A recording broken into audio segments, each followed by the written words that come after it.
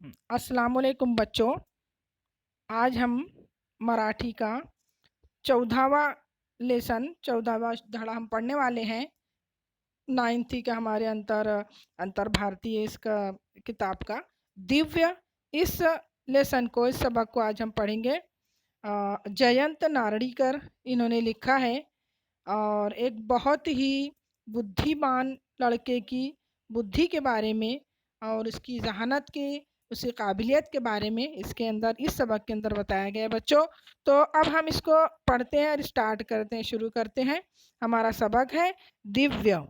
दिव्य का मतलब होता है बच्चों कसौटी, या यूँ कहिए कि इम्तिहान, जो बहुत सख्त तरीन इम्तिहान होता है, जिसे कोई भी विलक्षण बुद्धि वाला इंसान ही उसको पार कर सकता है। इसीलिए इस लेसन का नाम दिया गया है दिव्य। और हमको आलोक नाम के इस शख्स के या इस लड़के के बारे में हमको यही पढ़ना है कि इसके अंदर कितनी जहानत थी। तो बच्चों हम स्टार्ट करते हैं हमारा लेसन दिव्य। मैं पढ़ रही हूँ, ध्यान दो और समझते जाओ। एक 21व्या शतकाच्या मध्यावर घडणारी ही कथा आहे।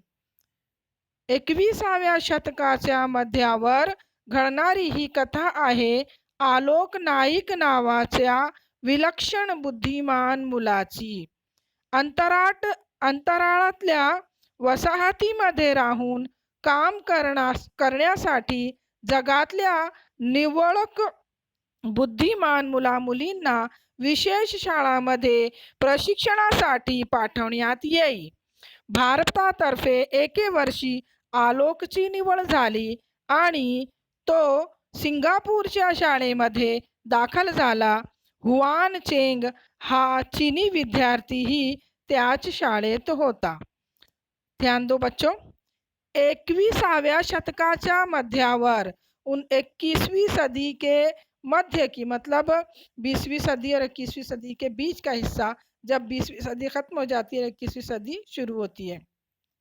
21वीं सदी के मतलब यही आधुनिक दौर जो हमारा चल रहा है, इसी दौर की बात है, इसी दौर की घटना है, कथा है, कहानी है कि आलोक नाईक नावाच्या एक विलक्षण बुद्धिमान मुलाची। ये कहानी किसकी है?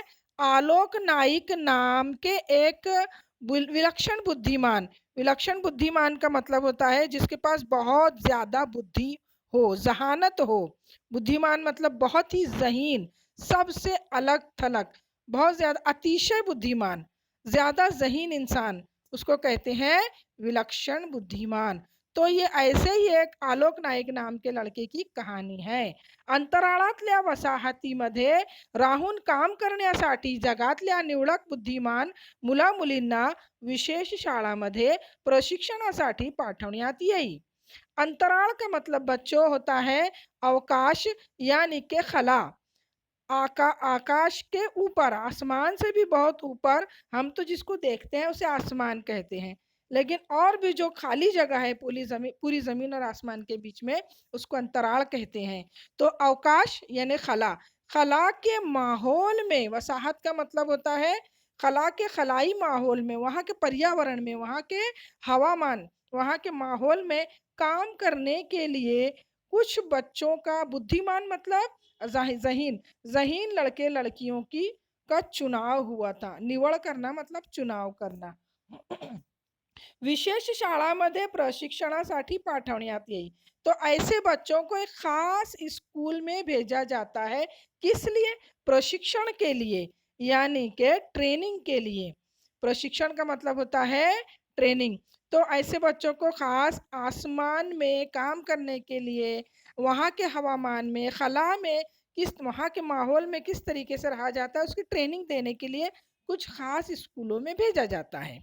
भारतातर्फे एके वर्षी, एक साल भारत की तरफ से आलोक नाईक नाम का जो लड़का था उसकी निवड हुई, उसका चुनाव हुआ, उसको चुना गया। आणि और वो तो म्हणजे वो सिंगापूरच्या शाळेमध्ये दाखल झाला। और जब भारत की तरफ से आलोक नाईक नाम के एक लड़के का चुनाव हुआ और उसको सिंगापुर की स्कूल में दाखला मिला। सिंगापुर में ऐसा ही कोई स्कूल है जहाँ पर ऐसी ऐसे बच्चों की ट्रेनिंग दी जाती है, प्रशिक्षण दिया जाता है, तो वहां पर उसका दाखला हुआ।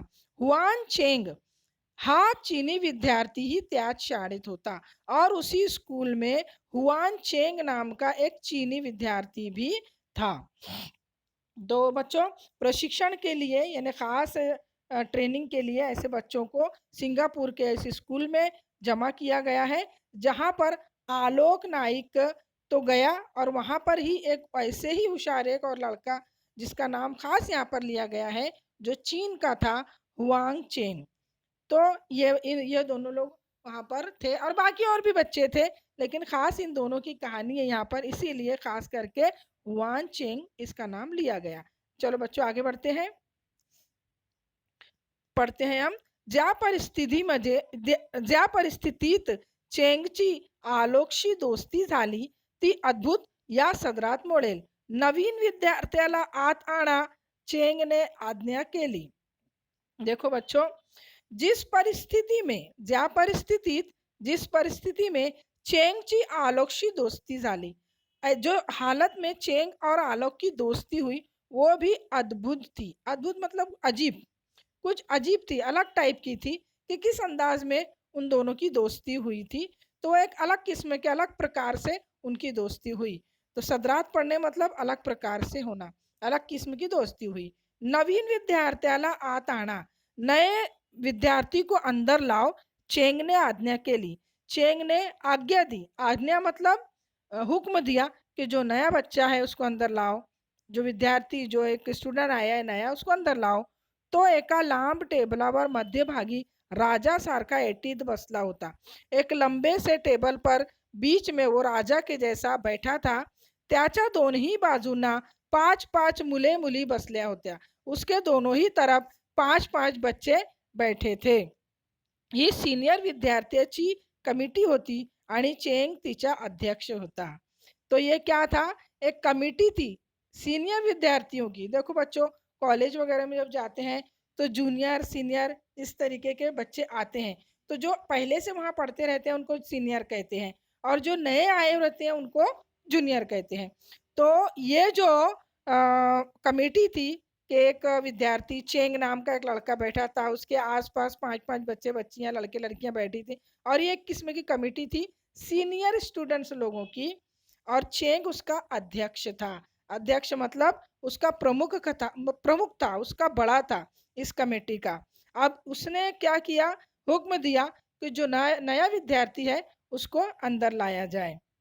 अब देखो आगे क्या होता है। हुशार मुले असली तरी त्यांच्यात हुडपणा नसतो असे नाही। होशियार बच्चे होते हैं तब भी क्या उनमें हुडपना नहीं होता? होता है, ऐसा नहीं है। हुडपना का मतलब होता है खोड़करपना, यानी कि थोड़ी सी खराबी, बुराई जिसको कहेंगे हम। इन्हें जानबूझकर किसी को सताने की जो इच्छा जो ख्वाहिश रखते हैं, ऐसे बच्चे बहुत होते हैं बच्चों। तो खास करके कॉलेज में तो ऐसा होता ही है। तो ऐसे जो सताए जाते हैं बच्चे, जो सताते हैं, उनके अंदर हुडपना रहता है, मतलब सताने वाले बच्चे कहलाते हैं। तो क्या होशियार बच्चों में, जो पढ़े लिखे पढ़ना चाहते हैं, ऐसे बच्चों में क्या ये नहीं होता है, ये खराबी नहीं होती है? होती है, ऐसा नहीं कि उनमें भी नहीं होती है। विशेषकर शाळेमध्ये त्या हुडपणाला जास्तच जोर येतो। खास करके स्कूलों में इस बदमाशी की, इस खराबी की इस खराबी का ज्यादा जोर होता है। सिंगापूरच्या शाळेत हा हुडपणा मोठ्या स्वरूपात प्रकट व्हायचा। लेकिन सिंगापुर की जो ये स्कूल थी, जहाँ पर स्पेस में काम करने के लिए ट्रेनिंग दी जाती थी, जहाँ पर अवकाश में, जहाँ पर खला में काम करने के लिए खास करके ट्रेनिंग दी जाती थी, ऐसे माहौल में काम करने के लिए, तो उस स्कूल में तो ये बहुत ही खास था। ये हुडपने का जो खराबी, जो खुड़करपना करना, जिसको एक किस्म की रैगिंग कहते हैं, सीनियर बच्चों के जरिए से जूनियर बच्चों को सताया जाना, ये काम वहां पर खास होता था। नवीन विद्यार्थ्यांची खोड काढण्याची तिथे प्रथाच होती। मानो वहां पर नए बच्चों की खोड़ काटने की, उनको सताने की एक प्रथा ही थी। प्रथा का मतलब बच्चों रीत होता है, मतलब एक रस्म था वहां पर, कि वहां पर जब तक कि ये प्रथा नहीं चलाई जाएगी, जब तक कि बच्चा आगे नहीं बढ़ता है, ये एक किस्म की वहाँ पर रस्म थी, जो बाकायदा वहाँ पर के स्टूडेंट कमेटी बनी थी, इसलिए ये प्रथा को चलाने के लिए, ये रीत को आगे बढ़ाने के लिए त्या प्रथेला भारदस्तपणा यावा। और ये जो रीत, ये जो रस्म था, ये गंभीरता से ली जाती थी, मतलब सीरियसनेस था, एकदम ही सीरियसली इस बात को वहां पर जोर दिया जाता था कि जो भी नया बच्चा आएगा उसको उसकी रैगिंग करनी है, उसके साथ हुड़पना करना है, उसको सताना जरूरी है। ये वहाँ की रीत थी. म्हणून खोड काढणाऱ्यांतर्फे एक समिती स्थापन करण्यात आली. इसके लिए खास खोड काढणाऱ्यांतर्फे, जो खोड काटता है, जो खोड करता है, जो बदमाशी करता है या जो सताते हैं, ऐसे सताने वाले बच्चों की एक खास समिति बनाई गई थी. समिति का मतलब होता है बच्चों, यानी कि कमेटी, एक कमेटी ही बनाई गई थी वहां पर कि जो खास करके इन बच्चों की एक टोली, ये रीत थी वहाँ की, वहाँ का रस्म था, वहाँ पे बनाना जरूरी था, इसलिए ऐसे बच्चे जो खास करके दूसरों को सताने का काम करते हैं, इनकी एक कमेटी ही बन गई थी उस स्कूल में. तिच्यात बहुतेक दुसऱ्या वर्षातले विद्यार्थी असायचे. इस कमेटी में खास करके दूसरे वर्ग, मतलब दूसरा वर्ष मतलब सेकंड ईयर, दूसरे साल के विद्यार्थी, दूसरे साल के सेकंड ईयर के स्टूडेंट्स ज्यादा रहा करते थे. त्रास देण्याचे वेगवेगळे प्रकार ज्याच्या सुपीक डोक्यातून सर्वात जास्त निघतील तो म्होरक्या बने. अब देखो आगे क्या लिखा है बच्चों. त्रास देण्याचे वेगवेगळे प्रकार, तकलीफ देने की अलग अलग किस्में, ज्याच्या सुपीक डोक्यात, जिस शख्स के सुपीक डोके में, जिसके दिमाग में, जिसके चालाक दिमाग में, जिसके होशियार दिमाग में ज्यादा से ज्यादा ऐसी आइडियाज आए कि किस किस किस्म का हमको बच्चों को तकलीफ देना है, जिसके दिमाग में ज्यादा आता था तो मोरक्या बने, वही इस कमेटी का लीडर बनता था. मोर का मतलब प्रमुख या लीडर. तो एक जो कमेटी बनाई गई थी उसमें खास लीडर किसको बनाया जाता था, जिसके सुपीक डोके में, जिसके दिमाग में ज्यादा से ज्यादा बड़े से बड़ा आइडिया आता था तकलीफ देने वाला. या नियमानुसार और इसी उसूल के तहत चेंग त्या कमेटीचा चेयरपर्सन बनला होता. और ये उसूल के की वजह से चेंग जो था, वो जो चीनी विद्यार्थी, जो चीनी स्टूडेंट था, वो इस कमेटी का चेयरपर्सन बन गया था. क्यों?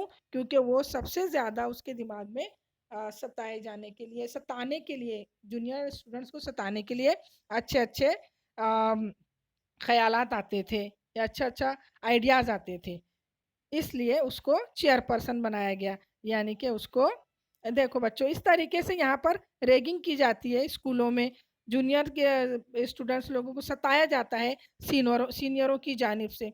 बहुत ही अजीब अजीब किस्म के काम करवाए जाते हैं. ठीक है, हम लोग आगे बढ़ते हैं. अब चेंग जो था, ये कमेटी का एक प्रमुख था, चेयरपर्सन था. चेंगच्या आज्ञेवरून दोघांनी जाऊन खोली बाहेर धरून ठेवलेल्या नवीन विद्यार्थ्याला आत आणले. चेंग का हुक्म हुआ और दो लोग बाहर गए और खोली के बाहर, रूम के बाहर जो एक नया विद्यार्थी बैठा था उसको अंदर लेकर आ गए. आलोक नाइक, नाम क्या था उसका? आलोक नाइक. उस लड़के का, जो नया बच्चा था, उसका नाम था आलोक नाईक. चेंगने समोरच्या मुलाकडे पाहिले, अंगयष्टीने हळकुळा. चेंग ने देखा, जो सामने बच्चा आया उसके, तो चेंग ने देखा उसकी तरफ, अंगयष्टीने हळकुळा, जिस्म से एकदम, यानी अंग काठी से, उसके जिस्म से एकदम कैसा था? हळकुळा. हळकुळा का मतलब होता है दुबला पतला, सड़ पातळ. हाड़कुड़ा यानी सड़ पातळ, यानी कि दुबला पतला. अंगयष्टी यानी जिस्म से एकदम दुबला पतला था, पण चेहऱ्यावर विलक्षण बुद्धिमत्तेचे तेज, लेकिन चेहरे पर जबरदस्त जहानत झलक रही थी. बुद्धिमत्ता मतलब जहानत, चेहरे से जहीन लग रहा था. अंगयष्टी ने वो कैसा था? हाड़कुड़ा, दुबला पतला, लेकिन चेहरे से वो बहुत जहीन लग रहा था. हा मुलगा पाहून चेंगला मनातून त्याच्याबद्दल सहानुभूती वाटली. चेंग को एक सेकंड के लिए इस बच्चे को देखकर मन में सहानुभूति उभर गई। सहानुभूति का मतलब होता है रहम आ जाना। अंदर ही अंदर थोड़ा सा रहमदिली का जज्बा उसको पैदा हो गया उस बच्चे को देखकर कि भाई इसको क्या तकलीफ देने का हम। पण ती दाबून तो करड्या स्वरात म्हणाला। लेकिन एक सेकंड के लिए उसके दिमाग में आया चेंग के कि इतना दुबला पतला बच्चा है, इसके साथ मैं क्या करूं। लेकिन वो सहानुभूति, वो जो हमदर्दी का जज्बा एक सेकंड के लिए उसके मन में आया, फौरन उसने अपने अंदर ही दबा दिया उस जज्बे को और कड़क स्वर में, करड़ा स्वरात मतलब एकदम सख्त लहजे में उसने कहा, चेंग ने, मी हाक मारली की उत्तर द्यायचे असे इथला रिवाज आहे। आलोक नाइक को उसने क्या कहा कि जब मैंने पुकारा तो जवाब देना चाहिए, ये यहाँ का रिवाज है। मैं हाक मार ली, जब मैंने हाक मारा, चेंग ने बोला ना आलोक नाइक, तो आलोक नाइक ने कुछ जवाब ही नहीं दिया उसको। तब चेंग ने क्या कहा कि मी जर हाक मारली तर तुला उत्तर द्यायला हवा होता, तुझको जवाब देना चाहिए था, असा इथला रिवाज आहे, ये यहाँ का रिवाज आहे, तो तुमने जवाब क्यों नहीं दिया। आपला परिचय एकतर्फीच झाला, तो पूर्ण व्हायची मी वाट पाहत होतो, आलोक शांतपणे म्हणाला। तो इस बात पर आलोक ने क्या कहा, आलोक ने बहुत ही शांति से, बहुत ही इत्मीनान से कहा कि आपला परिचय एक तरफी झाला। अभी तो आपका जो परिचय है, जो तारुफ है, परिचय का मतलब तारुफ, वो तो एक तरफा हुआ ना। आपने सिर्फ मेरा नाम बोला कि मैं आलोक नायक हूँ, ठीक है। तो पूर्ण व्हायची मी वाट पाहत होतो, तो मैं इंतजार कर रहा था, वाट पाहत होतो, इंतजार कर रहा था वो पूरा होने की कि आपने मेरा नाम लिया, अब आप अपना भी नाम बताएंगे। आमची नावे तुला करण्याची काही जरूरी नाही, चेंग गरजला। तो चेंग ने चिल्लाकर कहा, गरजा मतलब तेज आवाज में तेज आवाज में कहा कि हमारा नाम पूछने की तुझको कोई जरूरत नहीं है। इस तरीके से उसने क्या किया, उसको जो है डांट दिया आलोक को, और क्या कहता है कि ये तुम क्या कह रहे हो कि एक तरफी है हमारा, एक तरफी तारुफ है, लेकिन हमको हमारा नाम बताने की कोई जरूरत नहीं है, तुमने हमको जवाब देना चाहिए था। अब देखो ये चेंग, फर्ज कर लो, देखो यहाँ पर मैंने एक फोटो डाला है, फर्ज कर लो कि देखो चेंग है बीच में और उसके साथी बराती सब बैठे हैं, और ये कौन है, आलोक नाइक बेचारा मुंह लटकाए या यूं चुप से खड़ा है। आगे बढ़ते हैं। है चालाक वो आलोक नायक। तभी ना उसने फौरन जवाब दिया कि मैं इंतजार कर रहा था कि आप आगे कुछ कहेंगे। ठीक आहे, तुम्हाला जर नाव सांगण्याची गरज वाटत असली, लाज वाटत असली तर सांगू नका। क्या कहता है आलोक नाईक क्या कहता है, ठीक आहे, ठीक आहे, तुम्हाला जर नाव सांगायची लाज वाटत असली तर सांगू नका। अगर तुमको अपना नाम बताने में शर्म महसूस हो रही है तो मत बताओ। आलोकच्या चेहऱ्यावर उपरोध दिसत होता। आलोक के चेहरे पर थोड़ी सी यानी ऐसा मजाहिया अंदाज जिसको कहेंगे, बोला उसने, थोड़ा सा मजाहिया अंदाज लग रहा था उसका, तो उसने फौरन कहा, उपरोध का मतलब चेष्टा करने, जैसे किसी का मजाक उड़ाने का अंदाज जिसको बोलेंगे, वो अंदाज दिखाई दे रहा था बोलते वक्त। उसने क्या कहा था कि ठीक है, तुमको नाम बताने में शर्म महसूस हो रही तो मत बताओ। चेंग वरमला, ये सुनकर चेंग शर्मिंदा हुआ। वरमणे मतलब शर्मिंदा होना, अंदर से थोड़ा सा शर्मिंदा हुआ। नेहमी त्याच्या पुढे आणलेले नवीन विद्यार्थी आधून आधीच गळून गेलेले असायचे। वो हमेशा देखा करता था कि जो भी नया विद्यार्थी, जो भी नया स्टूडेंट उसके सामने आता था, वो पहले ही गळून जाने मतलब कमजोर दिखाई देने लगा, डर के मारे कमजोर दिखता था। तो त्याला प्रत्युत्तर करणारा प्रथमच भेटत होता।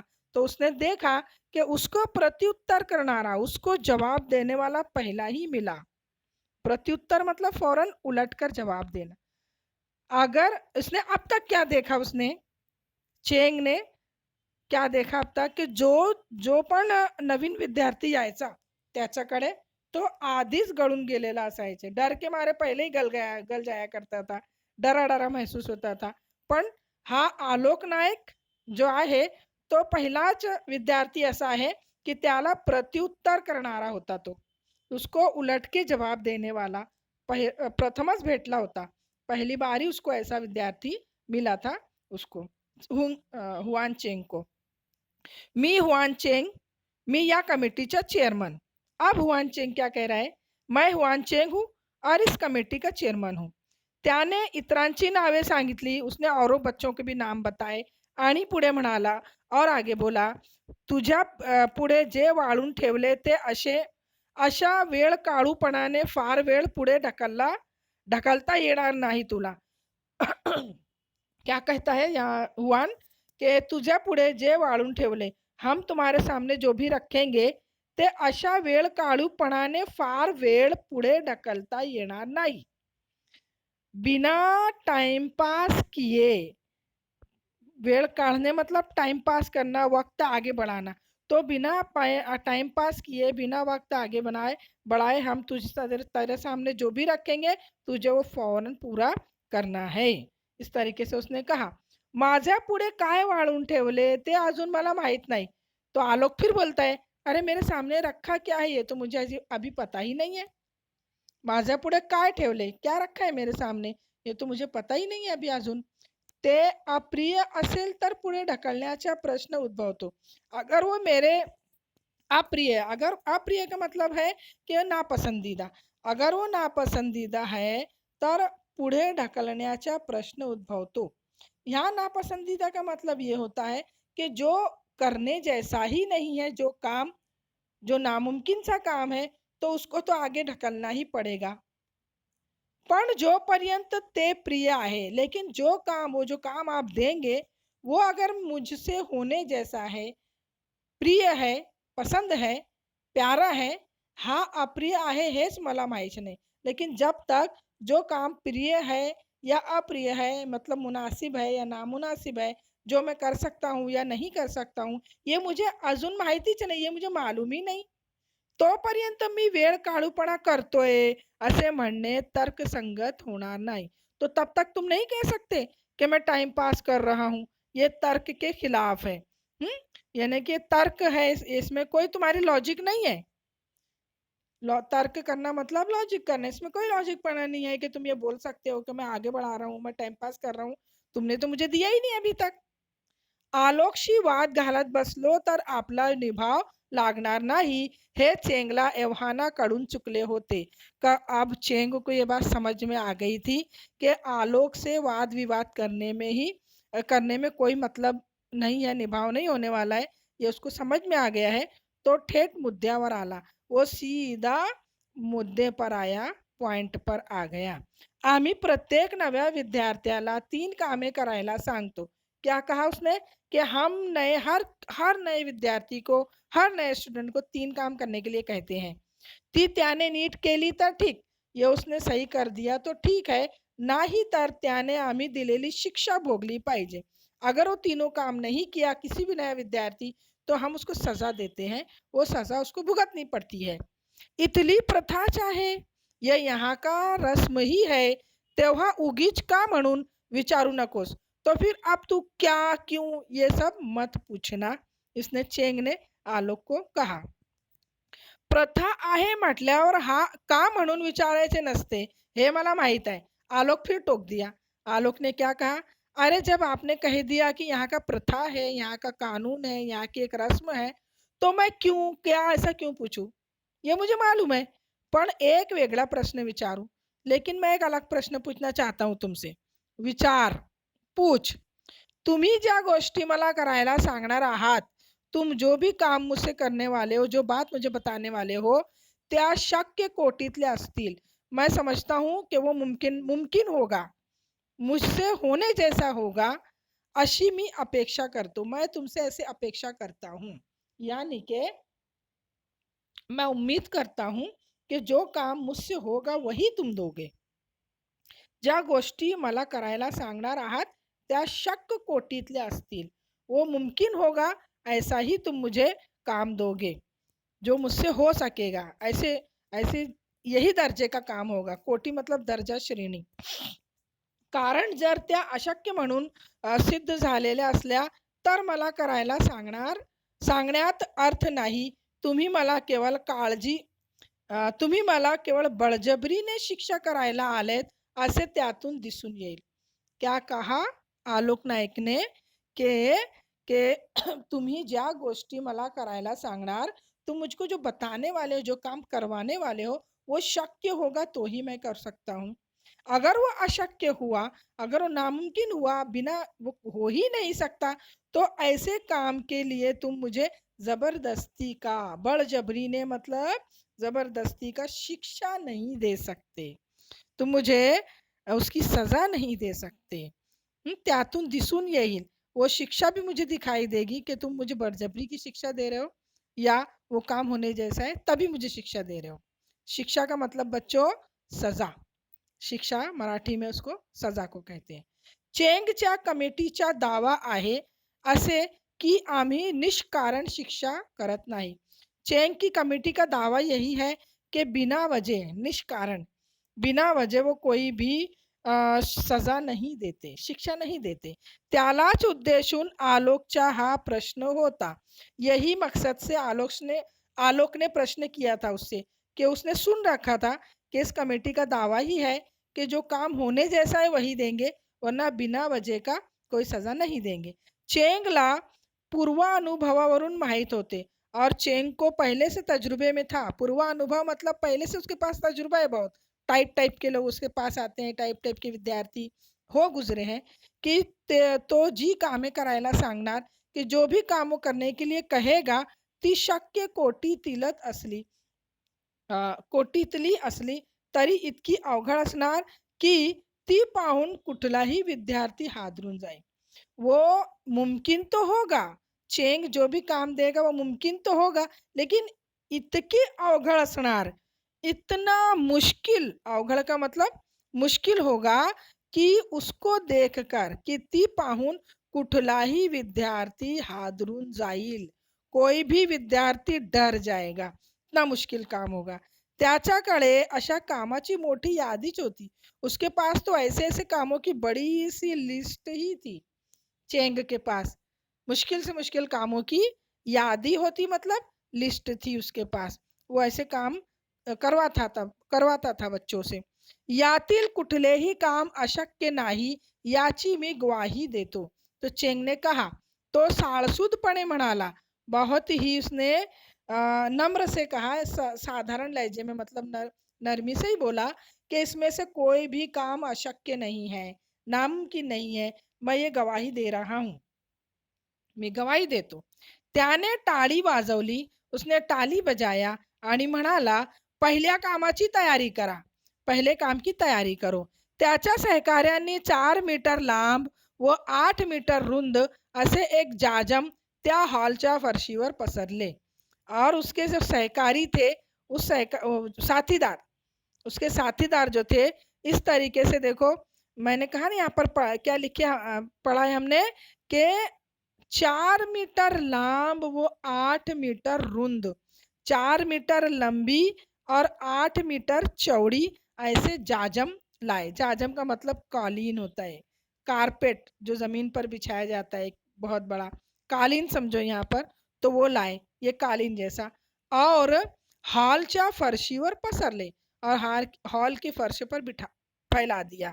मग चेंग म्हणाला, अब चेंग ने कहा, मी जे काम सांगणार आहे ते तुला करायला हवे, जो काम मैं बोलने वाला हूँ वो तुझे करना होगा। आलोक ने पाहिले की बहुतेक समितीचे सभासद अंगपिंडाने वजनदार होते। आलोक ने देखा कि जितने भी सभासद थे, कमेटी के जो मेंबर थे, वो जिस्म से भारी भरकम थे। अंगपिंडाने मतलब जिस्म से भारी भरकम थे। तो म्हणाला, काम सांगा। उसने कहा, चलो काम बताओ। अब ये काम वो बता रहा है चेंग। काम क्या है? कुठलेही साधन न वापरता, किसी भी किस्म का कोई भी साधन, कोई भी जरिया न इस्तेमाल करते हुए, न वापरता आणि त्या जाजमाच्या लाल पृष्ठभागाला स्पर्श न करता और जाजम के लाल हिस्से को, ऊपर का, पृष्ठ का मतलब होता है ऊपर के हिस्से को स्पर्श न करता, टच न करते हुए, न छूते हुए ते सफरचंद मला आणून दे। देखो बच्चों, उसने क्या काम दिया है आलोक को कि जाजमाच्या लाल पृष्ठभागाला स्पर्श ना करता, जो कालीन उसने बिछाया है, ये कालीन जो बिछा है, इसको लाल हिस्से को टच ना करते हुए बीच में जो सफरचंद रखा हुआ है, सफरचंद यानी सेब, जो सेब रखा है उसको तुम मुझे उठा कर दो, बिना टच किए। किसी भी सूरत में कोई कोई चीज का भी इस्तेमाल नहीं करना है। कुठलेही साधन ना वापरता, किसी भी चीज का इस्तेमाल ना करते हुए तुम जाजम के बीचों बीच में रखा हुआ वो सफरचंद लाकर मुझे दो, और साथ ही में उसके लाल हिस्से को टच भी नहीं करना है। देखो अभी क्या करता है, ये कितना मुश्किल काम है ये। आलोक ने पाहिले, आलोक ने देखा कि ते जाजम वरून लाल होते, वो जो कालीन थी ऊपर से लाल थी। पण त्याला आठवले, लेकिन उसको याद आया कि ते आणून पसरण्यापूर्वी, जब वो लाकर फैलाया जा रहा था, पसरण्यापूर्वी फैलाने से पहले त्याच्या उलट्या पृष्ठभागावर ते काळे होते। ये जो कालीन है ऊपर से सफेद लाल है, लेकिन इसके नीचे का जो हिस्सा है बच्चों, ये नीचे का हिस्सा, यहाँ पर इसके नीचे काला है। ये आलोक ने कब देखा था? जब इसको लाकर बिछाया जा रहा था, तभी उसने देख लिया था कि जाजम ऊपर से लाल है और नीचे से काला है। तो इस तरीके से उसने देखा, तो उसको ध्यान आ गया इस बात का। त्याने काळजीपूर्वक जाजमाचा खाली बोटे सारली, उसने बहुत ही सावधानी से, काळजीपूर्वक मतलब सावधानी से जाजम के नीचे बोट, बोट का मतलब उंगलियां, अपनी बोटों को, अपनी उंगलियों को सरकाया। सारली मतलब सरकाया, डाला अंदर। आणि त्याचे भेंडोळे करत, भेंडोळे, भेंडोळे ये शब्द है बच्चों, भेंडोळे करत मध्य भागापर्यंत आला, बीच में आया वो। गालीचा जो भी था, जाजम जो कालीन था, वो कालीन को उसने ऊपर का हिस्सा लाल देखा, लाल है, लेकिन उसने देख चुका था पहले ही कि नीचे वो काला है। इसीलिए अब वो क्या किया उसने, जाजम के नीचे बहुत ही सावधानी से अपनी उंगलियां डाली आणि त्याच्या भेंडोळे करत, वो गोल करते हुए, भेंडोळे करना मतलब गोल गोल करना, ऐसा गोल घड़ी करना, मध्य भागी बीचों बीच में आया, मध्य भाग मतलब बीच में आया, आणि ते सफरचंद उचलून चेंगला दिले, वो सफरचंद उठाकर चेंग को दे दिया। चेंगने इतर सभासदांकडे पाहिले, त्यांनी मानेने अनुमोदन दिले। सभी की तरफ चेंग ने देखा, क्या ये काम सही है? सबों ने गर्दन हिलाया, हाँ। अनुमोदन दिले मतलब हामी भर ली कि हाँ भाई सही है, बिल्कुल सही किया उसने काम। चलो इस तरीके से आलोक एक काम में सफल हो गया। अब आगे बढ़ते हैं। एक टेस्ट पास कर लिया। चेंग म्हणाला, आता दुसऱ्या कामाची साधने आणा। चलो अब दूसरे काम की चीजें लाओ। दूसरा काम बाकी है, अभी 3 काम बाकी है। एक हो गया, अब 2 काम बाकी है। एका सहकार्याने एक कोट आणि जॅकेट आणले। एक जो साथीदार था उसने एक कोट लाया, जॅकेट लाया। आलोकच्या अंगावर जॅकेट आणि त्यावर कोट चढ़वला। आलोक के जिस्म पर पहले जॅकेट डाला और फिर कोट चढ़ा दिया। त्याच्या हाडकुळ्या शरीर यष्टीवर दोन्ही वस्त्रे फार ढगळ ढगळ दिसत होती। हड़कुड़ा था वो, दुबला पतला था आलोक, तो उसके शरीर पर दोनों ही चीजें, वस्त्र मतलब कपड़े, दोनों ही कपड़े ढगड़ ढगड़ हो रहे थे, मतलब ढीले ढीले हो रहे थे। चेंग म्हणाला, हे दुसरे काम असे आहे, दूसरा काम ऐसा है कि अंगावरचा कोट ना उतरवता जॅकेट काढून दाखव, जिस्म का कोट ना उतारते हुए जैकेट निकाल के बता। देखो ये जो जैकेट है, ये वो अंदर से पहनाया है ये जैकेट को, और कोट ऊपर से पहनाया है इस तरीके से। और उसको क्या कहा कि बिना कोट उतारे जैकेट निकाल के बता। मुश्किल काम, कोट उतारेंगे तभी जैकेट निकलेगा, जैकेट कोट के बिना निकलेगा नहीं। अब ये कैसे करता है, इसका जो काम था कैसे करता है ये देखना है। तो उसने क्या सवाल किया कि अंगावरचा कोट ना उतरता, जिस्म का कोट ना उतारते हुए जॅकेट निकाल के बता दे, जॅकेट काढून दाखव। आलोक ने पाहिले कि कोट आणि जॅकेट दोन्ही ना बटने ना होती। आलोक ने क्या देखा कि कोट हो कि जैकेट हो, दोनों में बटन नहीं थी, कोई बटन नहीं थी, यहाँ पर कोई भी बटन नहीं थी। उसने देखा दोन्ही बटने ना होती, किसी को भी बटन नहीं थी। त्याच्या चेहऱ्यावर स्मित झळकले, वो मुस्कुराया। स्मित मुस्कुराहट झलक गई उसके चेहरे पर. तो म्हणाला, मी हे काम करून दाखवीन, मग हे काम करके दिखाऊंगा. पण त्यानंतर कोट आणि जाकीट यांना इस्त्री करायची जबाबदारी तुमची.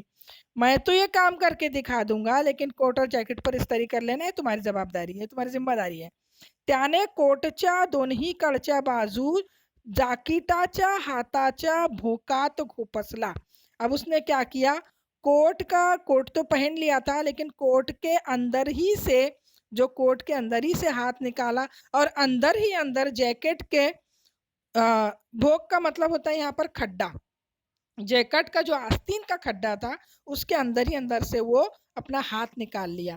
त्यानंतर त्याने काय काय केले, कैसे कैसे आड़ा तिरछा टेढ़ा वाकड़ा हुआ और अपने दोनों ही हाथ बिना कोट उतारे, कोट कंधे पर ही था, अंदर ही अंदर हाथ को कैसे कैसे आड़ा तिरछा करके जॅकेट के अंदर से हात निकाल लिया.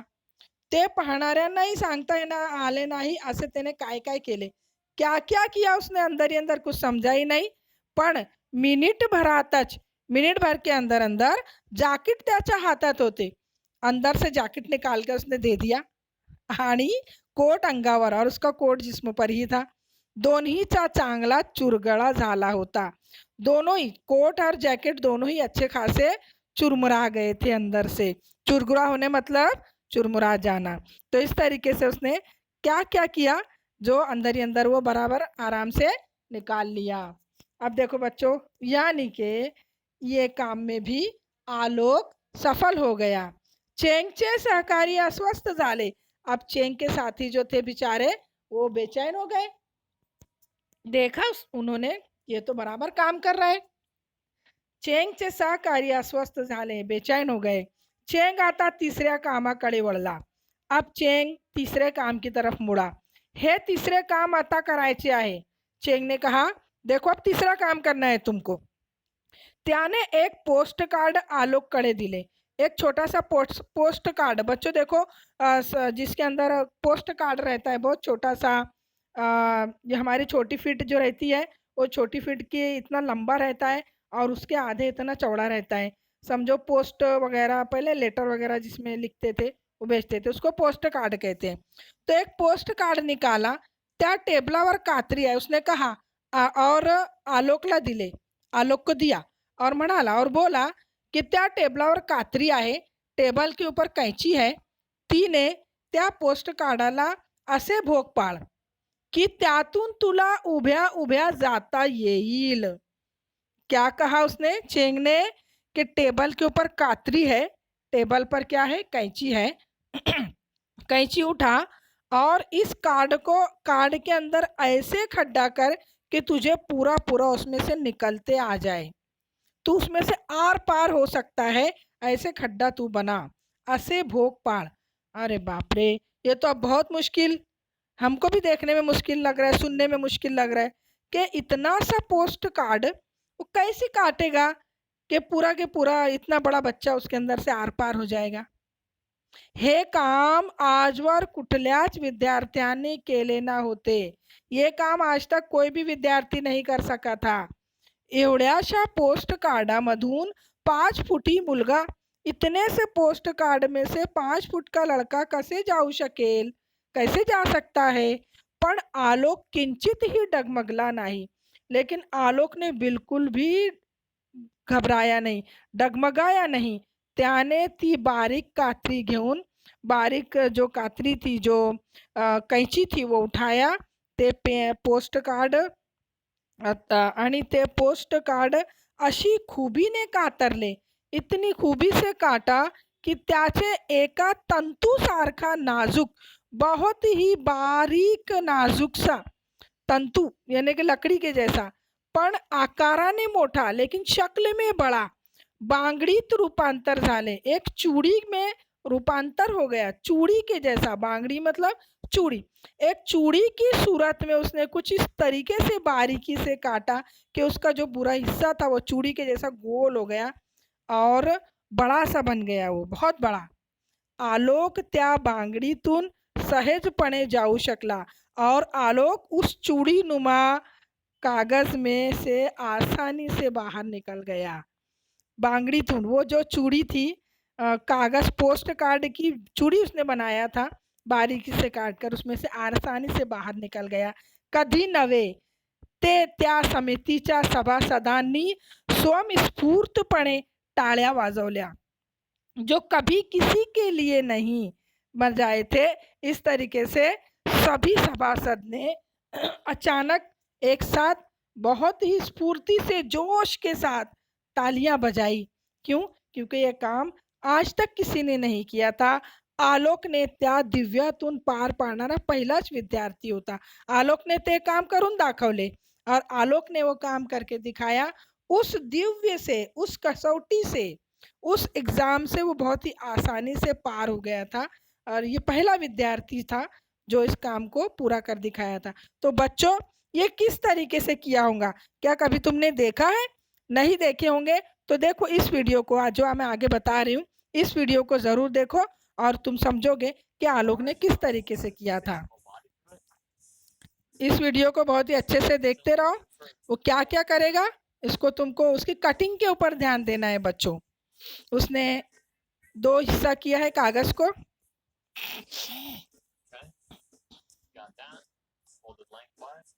बता रहे हैं। अब फिर से उसके ऊपर क्या कर रहे हैं, लाइन खींच रहे हैं बच्चों।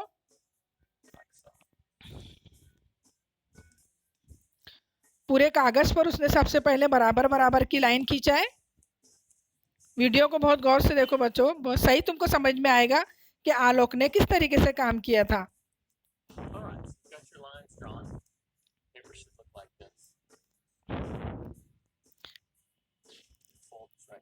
अब ये क्या करता है आगे देखो।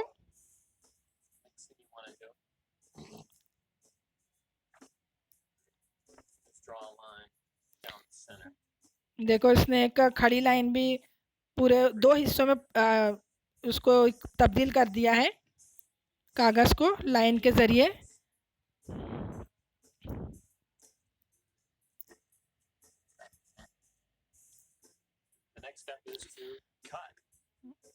बच्चों देखो वो क्या, कहाँ से काट रहे हैं, पहले ये ध्यान दो। देखो किनारे के हिस्सा उसने पहले काटा है दोनों तरफ का, लेकिन उसको पूरी तरह नहीं काटा है, आधे तक काटा है बच्चों, ध्यान दो। दोनों तरफ से उसने बराबर बराबर से काटा है, लेकिन कागज को आखिर तक काटा नहीं है। अब वो बीच में से 2 हिस्सा कर रहे हैं, दोनों किस्म की कटिंग के पास से। बहुत ही गौर से देखो बच्चों अब क्या कर रहे हैं वो। अब तुम गौर करोगे बच्चों कि वो काटना शुरू किया है कागज, लेकिन एक एक लाइन छोड़कर काट रहा है, और वो भी कागज वो पूरी तरह सिरे तक नहीं काट रहा है, बल्कि वो बीच ही में या बीच से थोड़ा ज्यादा काट रहा है। एक तरफ से उसकी कटिंग हो गई। अब जो छूटी हुई लाइनें हैं वो उसको दूसरी तरफ से कागज के दूसरे हिस्से से काट रहा है बच्चों, ध्यान दो। देखो इस तरीके से उसने काटा है। आलोक ने बिल्कुल इसी तरीके से काट कर उसको दिखाया था चैन को। ये हो गया चूड़ी नुमा कागज। देखो बच्चों कागज कितना छोटा था और इस शख्स ने उसको किस तरीके से काटा है और उसको इतना बड़ा किया कि वो पूरा उसमें से आर पार हो जाएगा। देखो बच्चों गौर करो, ये वो पहन रहा है, ये गया अंदर, ये देखो पूरी तरह निकल गया। समझ में आया? ठीक है।